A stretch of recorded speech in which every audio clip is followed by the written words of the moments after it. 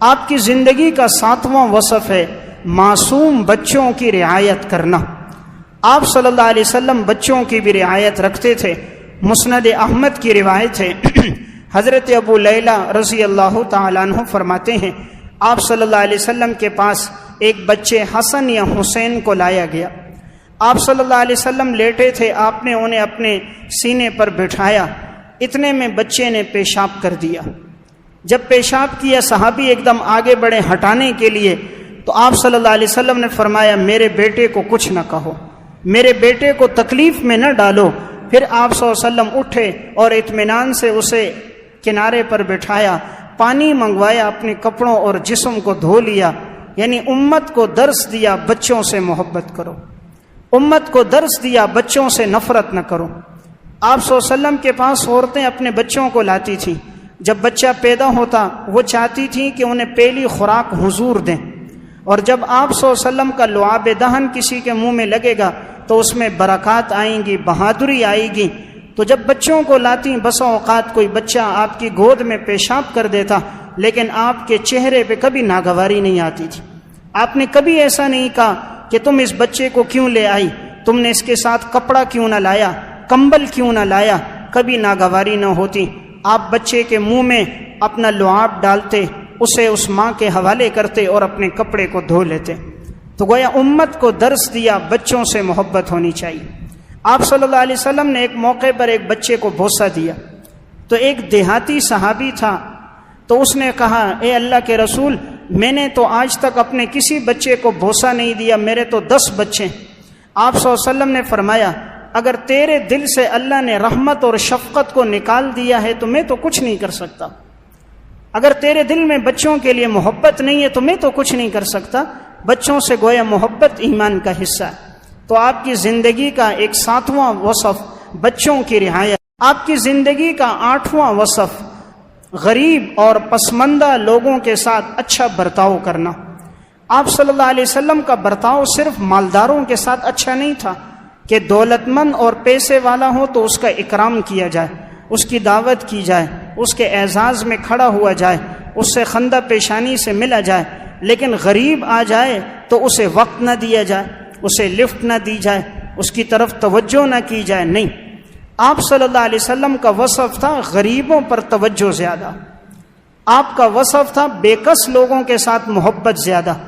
مسند احمد میں روایت ہے، حضرت انس بن مالک رضی اللہ تعالیٰ عنہ فرماتے ہیں ایک دیہاتی صحابی تھے ظاہر بن حرام رضی اللہ تعالیٰ عنہ، یہ دیہات سے سامان لا کر بیچتے تھے، دیہات سے سامان لاتے شہر میں فروخت کرتے، دیہات سے سامان لاتے حضور کو دیتے، آپ صلی اللہ علیہ وسلم ان سے سامان لیتے اور آپ شہر کی چیزیں ان کو دیا کرتے تھے۔ تو آپ فرماتے تھے ان ظاہراً بادیتنا ونحن حاضروہ، ظاہر ہمارا دیہاتی ہیں، ہم اس کے شہری ہیں، ہم اسے شہر کی چیزیں دیتے ہیں اور یہ ہمیں دیہات کی چیزیں دیتا ہے۔ ایک دفعہ یہ دیہات سے سامان لائے، آپ صلی اللہ علیہ وسلم گھر میں تشریف فرما نہیں تھے، تو یہ بازار میں آئے سامان بیچنے لگے۔ آپ صلی اللہ علیہ وسلم پیچھے سے آئے اور پیچھے سے آ کر ان کی آنکھوں کے اوپر آپ نے ہاتھ رکھ دیا۔ اب حضور ان کے پیچھے ہیں، ایک آنکھ پر ایک آپ کا ہاتھ ہے، دوسری آنکھ پر دوسرا ہاتھ ہے۔ حضرت ظاہر بن حرام نے کہا بھئی کون ہے، کس نے میرے آنکھوں پہ ہاتھ رکھا ہے؟ اس نے جو پیچھے مڑ کے دیکھا تو آپ صلی اللہ علیہ وسلم تھے۔ تو حضرت انس بن مالک کہتے ہیں حضرت ظاہر بن حرام نے اپنی کمر کو حضور کے سینے کے ساتھ اور لگایا اور پیچھے کیا تاکہ میرا جسم نبوت کے جسم سے مس ہو جائے، نبوت کے جسم سے لگ جائے، ہو سکتا ہے یہی نجات کا ذریعہ بن جائے۔ تو آپ صلی اللہ علیہ وسلم نے اس موقع پر خوش طبعی فرماتے ہوئے فرمایا بھائی کون ہمارے اس غلام کو خریدے گا، کون خریدے گا بھائی اس کو؟ تو اس موقع پر اس صحابی نے ایک جملہ کہا آپ نے جب کہا میں اشتری العبد، کون خریدے گا اس غلام کو؟ تو اس صحابی نے کہا اے اللہ کے رسول اگر آپ مجھے بیچو گے تو میری قیمت بہت کم ہوگی۔ یعنی وہ چہرے کے اعتبار سے اتنے خوبصورت نہیں تھے، اتنے ذکی اور فراست والے نہیں تھے، مال اور دولت والے نہیں تھے، کوئی بڑی خوبیاں ان میں نہیں تھیں۔ تو کہا اگر آپ فروخت کرو گے تو میری قیمت بہت کم پاؤ گے۔ آپ صلی اللہ علیہ وسلم نے فرمایا لیکن عند اللہ انت غالن، تیری قیمت اللہ کے ہاں بہت زیادہ ہے۔ ٹھیک ہے لوگوں کے ہاں تیری قیمت کم ہوگی، لیکن اے ظاہر تیری قیمت اللہ کے ہاں بہت زیادہ ہے۔ واقعہ سنانے کا مقصد حضور کا غریبوں کے ساتھ کیسا تعلق ہے، آپ کا پسماندہ لوگوں کے ساتھ کیسی محبت ہے۔ کسی اور کی آنکھوں پہ آپ نے کبھی ہاتھ نہ رکھا، کسی اور کے ساتھ ایسی خوشطبی نہ فرمائی جو غریبوں کے ساتھ فرمائی۔ اس میں ہمارے لیے درس ہے کہ امت کے لوگ بھی غریبوں کا خیال رکھیں۔ نمبر 9، آپ کی زندگی کا 9واں وصف کیا تھا؟ اللہ پر بھروسہ اور اعتماد کرنا۔ آپ کی زندگی کا وصف تھا اللہ پر بھرپور بھروسہ اور اعتماد۔ جب بھی کوئی مشکل آتی تھی آپ کی فوراً توجہ اللہ کی طرف جاتی تھی۔ صحیح بخاری کا واقعہ ہے، صحابہ کرام فرماتے ہیں جب ہم کسی جگہ پڑاؤ ڈالتے تو ہم لوگ سب دائیں بائیں بکھر جاتے، آرام کرتے، کوئی ایک درخت کے نیچے، کوئی دوسرے درخت کے نیچے۔ کہتے ہیں ایک موقع پر آپ صلی اللہ علیہ وسلم ایک درخت کے نیچے آرام کر رہے تھے، آپ کی تلوار درخت کے ساتھ لٹک رہی تھی، آپ سوئے ہوئے تھے، اتنے میں ایک شخص آیا غیر مسلم تھا، اور اس نے دیکھا حضور سوئے ہیں تو سمجھا موقع سے فائدہ اٹھا کر معاذ اللہ میں پیغمبر کو قتل کر دیتا ہوں۔ تو اس نے آپ صلی اللہ علیہ وسلم کی وہ تلوار لی اور نیام سے جیسے نکالی، آپ صلی اللہ علیہ وسلم کی آنکھ کھل گئی۔ تو اس نے اس موقع پر کہا من یمنعک منی، کون آپ کو مجھ سے بچائے گا؟ ابھی صحابہ بھی آرام کر رہے ہیں، کسی کو پتہ نہیں، آپ اکیلے، آپ کے ہاتھ میں کوئی تلوار نہیں، دشمن کے ہاتھ میں تلوار ہے، لیکن آپ کی زبان پہ آیا اللہ، آپ نے صرف لفظ اللہ کہا، اس پر ایسی ہیبت طاری ہوئی، ایسا خوف طاری ہوا، جسم پر پسینہ آ گیا، تلوار ہاتھ سے چھوٹ گئی، تلوار نیچے گر گئی۔ آپ صلی اللہ علیہ وسلم نے تلوار اٹھائی، آپ نے فرمایا من یمنعک منی، اب تجھے مجھ سے کون بچائے گا؟ تو اس نے آگے سے کہا یا رسول اللہ آپ تو بڑے مہربان ہیں، معاف کرنے والے ہیں، مجھے معاف کر دیں۔ آپ صلی اللہ علیہ وسلم نے معاف کر دیا۔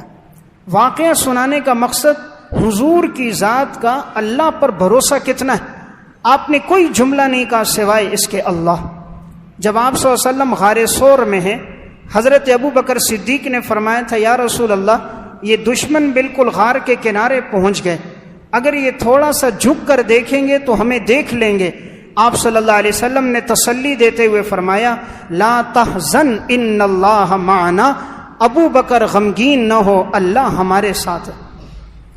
یعنی آپ کا اللہ کی ذات پر ایسا بھروسہ تھا، جب بھی کوئی مشکل آتی تھی پہلی نظر اللہ پہ جاتی تھی۔